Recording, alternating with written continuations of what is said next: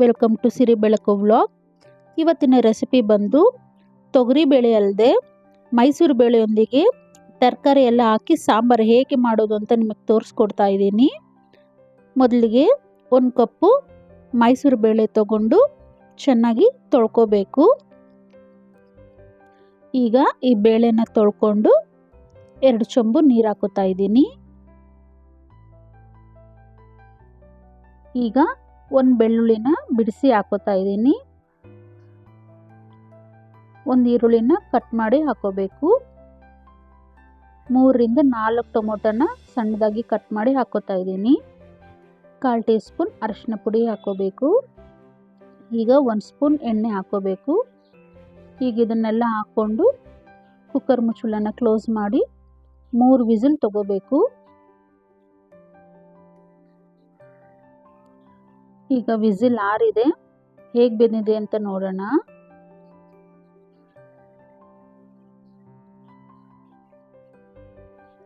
ನೋಡಿ, ಇದು ನೀಟಾಗಿ ಬೆಂದಿದೆ. ಈಗ ಮಸಿಯೋ ಕೋಲು ಎತ್ಕೊಂಡು ನೀಟಾಗಿ ಈ ಥರ ಮಸ್ಕೋಬೇಕು.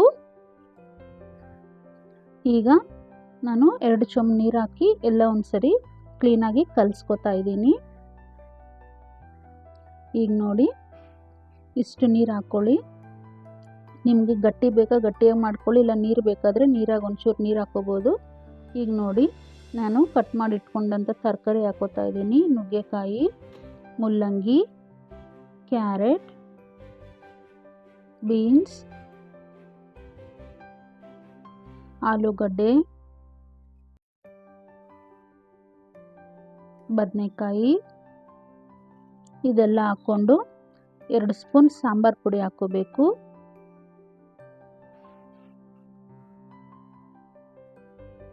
ರುಚಿಗೆ ತಕ್ಕಷ್ಟು ಉಪ್ಪು ಹಾಕೋಬೇಕು. ಹುಣಸೆಹಣ್ಣು ರಸ ಹಾಕೋಬೇಕು. ಹಾಕ್ಕೊಂಡು ಎಲ್ಲನೂ ಒಂದ್ಸರಿ ಕ್ಲೀನಾಗಿ ಕಲಿಸ್ಕೊಳ್ಳಿ. ನಿಮಗೆ ಇದೇ ತರಕಾರಿ ಹಾಕೋಬೇಕು ಅನ್ನೋದೇನಿಲ್ಲ, ನಿಮ್ಗೆ ಯಾವ ತರಕಾರಿ ಬೇಕೋ ಆ ತರಕಾರಿ ಹಾಕೋಬೋದು. ಜೊತೆಗೆ 1 ಸ್ಪೂನಷ್ಟು ಬೆಲ್ಲ ಹಾಕೋತಾ ಇದ್ದೀನಿ. ನೋಡಿ, ಇನ್ನೊಂದು ಅರ್ಧ ಚೊಂಬು ನೀರು ಹಾಕ್ಕೊಂಡಿದ್ದೀನಿ. ಇಷ್ಟು ತೆಳ್ಳಗಿದ್ರೆ ಸಾಕು. ನೋಡಿ, ಈ ಥರ ಬಂದರೆ ಸಾಕು. ಈಗ ಎಲ್ಲ ನೀಟಾಗಿ ಒಂದ್ಸರಿ ಕಲಿಸ್ಕೊಂಡು ಕುಕ್ಕರ್ ಮುಚ್ಚಳ ಮುಚ್ಚಿ ಒಂದೇ ವಿಸಿಲ್ ಬರಬೇಕು, 2-3 ಬರಬಾರ್ದು. ತರಕಾರಿ ಜಾಸ್ತಿ ಬೆಂದೋಗ್ಬಿಡತ್ತೆ. ಒಂದೇ ವಿಸಿಲ್ ಬಂದರೆ ಸಾಕು. ಈಗ ವಿಸಿಲ್ ಆರಿದೆ, ನೋಡೋಣ.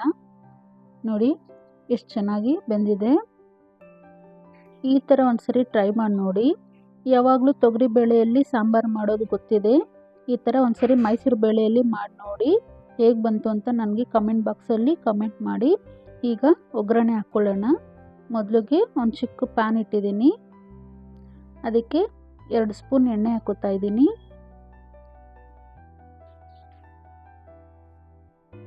ಅರ್ಧ ಸ್ಪೂನ್ ಸಾಸಿವೆ,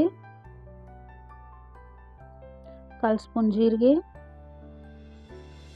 ಉದ್ದಿನಬೇಳೆ 1/4 ಸ್ಪೂನು, ಕಡಲೆಬೇಳೆ 1/4 ಸ್ಪೂನ್ ಹಾಕೋತಾ ಇದ್ದೀನಿ. ಜೊತೆಗೆ ಹಿಂಗೆ ಹಾಕ್ಕೊಳ್ಳಿ. ಹಿಂಗೆ ಹಾಕ್ಕೊಂಡ್ರೆ ಸಾಂಬಾರಿಗೆಲ್ಲ ಟೇಸ್ಟ್ ಜಾಸ್ತಿ. ಈಗ 3 ಒಣಮೆಣಸಿನ್ಕಾಯಿ ಮುರಿದು ಹಾಕೋತಾ ಇದ್ದೀನಿ. ಈಗ ಅದು ಸ್ವಲ್ಪ ಚೆನ್ನಾಗಿ ಕೆಂಪಾಗಿ ಉರಿಬೇಕು. ಈಗ ಕರ್ಬೇವು ಸೊಪ್ಪು ಹಾಕೋತಾ ಇದ್ದೀನಿ. ನೋಡಿ, ಕರ್ಬೇವು ಸೊಪ್ಪು ಈಗೆಲ್ಲ ಚಟಪಟ ಅಂದಮೇಲೆ ಈರುಳ್ಳಿ ಹಾಕೋತಾ ಇದ್ದೀನಿ. ಈರುಳ್ಳಿ ಚೆನ್ನಾಗಿ ಕೆಂಪಗಾಗಬೇಕು, ಆಗಲೇ ಸಾಂಬಾರು ಟೇಸ್ಟ್ ಬರುತ್ತೆ. ನಾವು ಈರುಳ್ಳಿ ಎಲ್ಲನೂ ಚೆನ್ನಾಗಿ ಎಣ್ಣೆಲಿ ಬೇಯ್ದಿರ ಹಾಕ್ಕೊಂಡ್ರೆ ಹಸಿ ಹಸಿಯಾಗಿರುತ್ತೆ.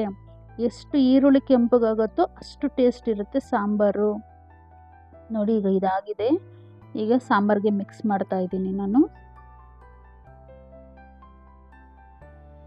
ನೋಡಿ, ಈ ಥರ ಮಿಕ್ಸ್ ಮಾಡಿ ಒಂದು 10 ನಿಮಿಷ ಚೆನ್ನಾಗಿ ಕುದೀಲಿ. ಈಗ ಒಂದ್ಸರಿ ಟೇಸ್ಟ್ ನೋಡ್ಕೊಳ್ಳಿ. ನನಗೊಂಚೂರು ಉಪ್ಪು ಕಮ್ಮಿ ಆಯಿತು, ಅದಕ್ಕೆ ನಾನು ಒಂಚೂರು ಉಪ್ಪು ಹಾಕ್ಕೊಂಡಿದ್ದೀನಿ. ಈ ಥರ ಉಪ್ಪು ಹಾಕ್ಕೊಂಡು ಒಂದ್ಸರಿ ಚೆನ್ನಾಗಿ ಕಲಿಸ್ಕೋಬೇಕು. ನೋಡಿ, ಇವಾಗ ಒಂದು 5 ನಿಮಿಷ ಚೆನ್ನಾಗಿ ಕುದಿಬೇಕು. ಲಾಸ್ಟ್ ಕುದ್ಮೇಲೆ ಕೊತ್ತಂಬರಿ ಸೊಪ್ಪು ಉದುರಿಸ್ಕೋಬೇಕು. ಉದುರಿಸ್ಕೊಂಡಿರ್ತಾರೆ ಒಂದ್ಸರಿ ಕಲಸಿ ಒಂದು 2 ನಿಮಿಷ ಬಿಟ್ಟರೆ ಸಾಕು. ಈ ಥರ ಒಂದ್ಸರಿ ಮನೇಲಿ ಟ್ರೈ ಮಾಡಿ ನೋಡಿ. ಅನ್ನಕ್ಕಾಗಲಿ ಮುದ್ದೆಗಾಗಲಿ ತುಂಬ ಚೆನ್ನಾಗಿರುತ್ತೆ. ಒಂದು ಸರಿ ಟ್ರೈ ಮಾಡಿ ಹೇಗೆ ಬಂತು ಅಂತ ನನಗೆ ಕಮೆಂಟ್ ಬಾಕ್ಸಲ್ಲಿ ಕಮೆಂಟ್ ಮಾಡಿ. ಈಗ ಇದಾಗಿದೆ, ನಾನು ಗ್ಯಾಸ್ ಆಫ್ ಮಾಡ್ತಾಯಿದ್ದೀನಿ.